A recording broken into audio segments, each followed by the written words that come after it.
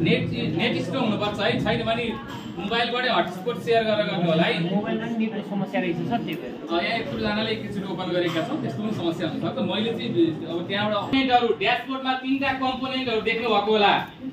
एउटा प्रणाली व्यवस्थापन, अर्को अभिलेख प्रविष्टि र अर्को प्रतिवेदन। हामीले यहाँ इन्ट्री गर्नुको मुख्य उद्देश्य के हो भन्नुस् त? तपाईले याद गर्नु भएको छ इन्ट्री गर्नुको मुख्य उद्देश्य के हो? राइट प्रतिवेदन हो। यति कुरो बुझ्नुहोस्, हामीले यहाँ इन्ट्री गर्नुको उद्देश्य भनेको राइट प्रतिवेदन हो।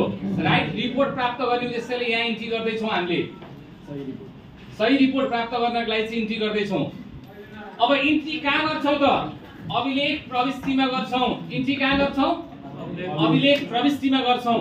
र यो अभिलेख प्रविष्टिलाई चाहिँ हामीलाई हेल्प गर्ने कुरा पूर्वाधारको काम अथवा आवश्यक इन्फर्मेसन उपलब्ध गराउने काम कसले गर्छ?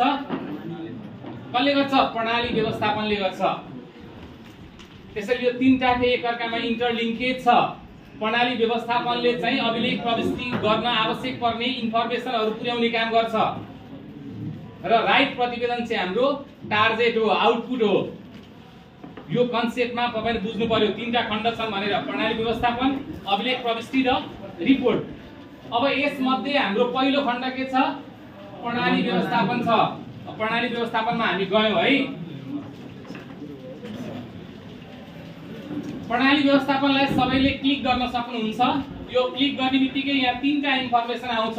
एउटा फर्म सम्बन्धी विवरण आउँछ, हेर्नु होला। अर्को सम्पत्ति सम्बन्धी विवरण आउँछ र अर्को अन्य व्यवस्थापन विवरण आउँछ। अब तपाईहरुलाई मैले एउटा पुनर्स्मरण गर्न खोजेँ। तपाईले वस्तु खरिद गर्दै हुनुहुन्छ, ध्यान दिएर सुन्नु होला है। वस्तु खरिद गर्दै हुनुहुन्छ भने वस्तु खरिद गर्नुभन्दा अगाडि तपाईले के प्रक्रिया अपनाउनुहुन्छ? पहिला स्पेसिफिकेसन तयार गर्नुहुन्छ। के गर्नुहुन्छ? स्पेसिफिकेसन तयार गर्नुहुन्छ हैन? स्पेसिफिकेसन के को आधार तयार गर्नुहुन्छ? मागको आधारमा अथवा तपाईलाई रिक्वायरमेन्टको आधारमा स्पेसिफिकेसन तयार गर्नुहुन्छ।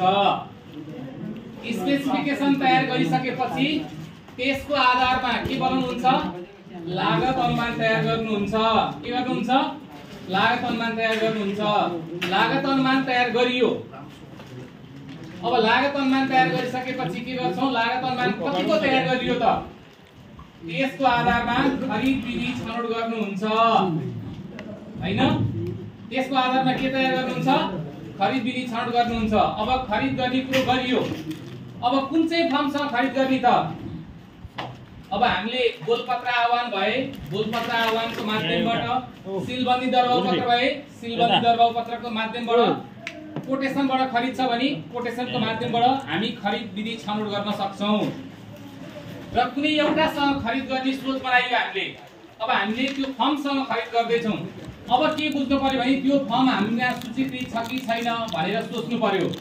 सूचीकृत छैन भने हामीले त्यो फर्मसँग खरिद गर्न सक्दैनौं र त्यो फर्मलाई के गर्नु पर्यो? यहाँ सूचीकृत गर्नु पर्यो। मानव कोटेसनबाट खरिद गर्दै छौं भने 3टा कोटेसन पेश गर्नेहरु मध्ये जसले न्यून मूल्यको कोटेसन पेश गरेको छ त्योसँग खरिद गर्छौं। तर त्यो चाहिँ यहाँ फर्म सूचीकृत गरेको हुनुपर्छ। यसको मतलब फर्मलाई के गर्नु पर्ने रहेछ त? सूचीकृत गर्नु पर्ने रहेछ।